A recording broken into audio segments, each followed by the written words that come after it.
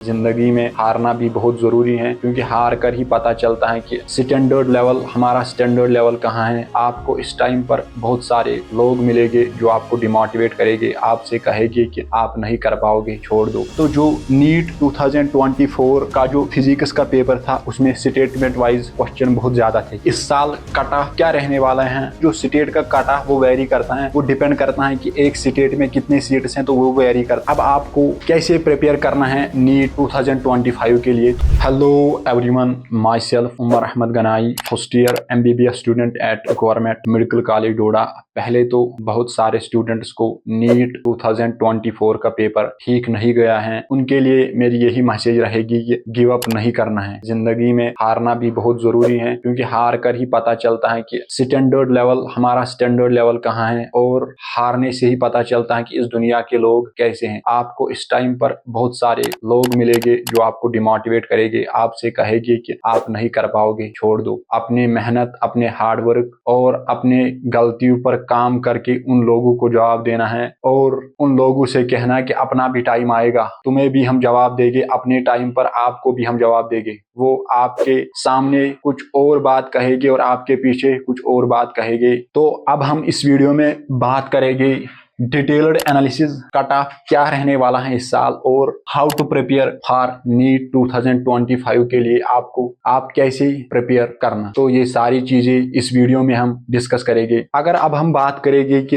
Difficulty level of paper, मतलब इन year, उसमें देखो नीट 2021 में फिजिक्स टफ थी, केमिस्ट्री भी इजी थी और बायो भी इजी। तो नीट 2020 यानी ओवरऑल जो पेपर था वो मॉडरेट था, और इसमें जो टफ थी वो थी बायोलॉजी, क्योंकि इसमें असर्शन रीजन क्वेश्चन आए थे नीट 2022 में, और थोड़ी बहुत लेंथी भी थी बायो। और नीट 2023 जो मैंने खुद भी अटेम्प्ट दिया था, जिसमें मेरे सिलेक्शन हुए हैं, तो उसमें मुझे सबसे जो टफ लगा वो लगा केमिस्ट्री। और केमिस्ट्री में भी जो पोर्शन टफ था वो था inorganic chemistry, inorganic chemistry portion tough था, और बायो भी इसमें उतनी मतलब इजी ही थी। तो जो इस साल का पेपर नीट 2024 का पेपर, ये ओवरऑल तो मॉडरेट ही था। इसमें थोड़ी बहुत फिजिक्स टफ थी, क्योंकि फिजिक्स इस सेंस से टफ थी क्योंकि अगर हम नीट 2023 की बात करेंगे, पेपर की बात करेंगे, तो उसमें फिजिक्स में जितने भी क्वेश्चन थे वो बिल्कुल फार्मूला बेस्ड थे। तो जो नीट 2024 का जो फिजिक्स का पेपर था उसमें स्टेटमेंट वाइज क्वेश्चन बहुत ज्यादा थे, क्योंकि statement wise question as compare to formula based question बहुत टफ होते हैं। क्योंकि स्टेटमेंट वाले क्वेश्चन एक स्टूडेंट तभी कर पाता है जब उसने NCERT को बहुत अच्छे से पढ़ा होगा। मैंने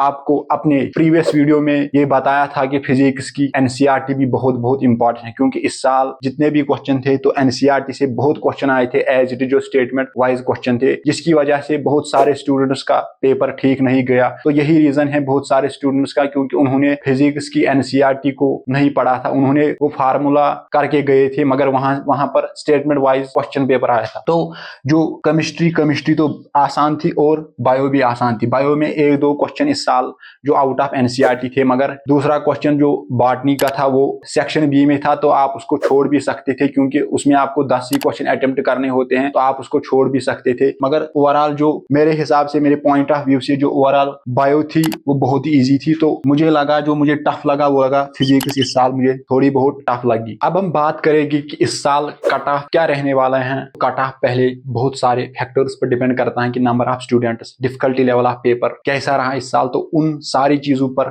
कट ऑफ डिपेंड करता है। तो मेरे हिसाब से इस साल कट ऑफ, क्योंकि इस साल तो जो नंबर ऑफ एस्पिरेंट्स थे वो इस साल बढ़ गए थे, क्योंकि 25 लाख, और इस साल जो टफ क्वेश्चन, तो बिल्कुल कोई टफ क्वेश्चन नहीं था। आउट ऑफ NCERT से एक दो क्वेश्चन आप मान सकते हो, तो वो कट ऑफ पर कोई फर्क नहीं डालेंगे। मेरे हिसाब से इस साल जो कट ऑफ वो 10 मार्क से इंक्रीज होगा, तो 10 मार्क से मेरे हिसाब से कट ऑफ इस साल इंक्रीज हो जाएगा। क्योंकि जो नीट 2024 का पेपर था, तो इस साल वैसे ही पेपर था, तो हर साल कट ऑफ ऊपर ही जाता है। तो मेरे हिसाब से इस साल कट ऑफ 10 मार्क्स इंक्रीज होगा, तो कट ऑफ इस साल 10 मार्क्स इंक्रीज होगा। इस साल जो AI के वो कट ऑफ रहेगा वो रहेगा 630 to 635, क्योंकि जो स्टेट का कट ऑफ वो वेरी करता है, वो डिपेंड करता है कि एक स्टेट में कितने सीट्स हैं, तो वो वेरी करता है। इसीलिए मैं स्टेट का कट ऑफ एक्सपेक्ट नहीं कर सकता हूं, तो AIQ का इतना कट ऑफ रह सकता है। तो अब हम बात करेंगे अब आपको कैसे प्रिपेयर करना है नीट 2025 के लिए। तो आपने खुद भी देखा होगा क्योंकि हर साल कोई ना कोई सब्जेक्ट टफ आता है। यानी नीट 2023 में थोड़ी बहुत केमिस्ट्री टफ आई थी, तो इस साल थोड़ी बहुत फिजिक्स टफ आती, तो कोई ना कोई सब्जेक्ट हर साल टफ आता है। और इस साल फिजिक्स के NCERT से भी बहुत सारे क्वेश्चन आए थे, तो इसीलिए ओवरऑल नीट के लिए तीनों सब्जेक्ट के लिए NCERT आपको मस्ट है।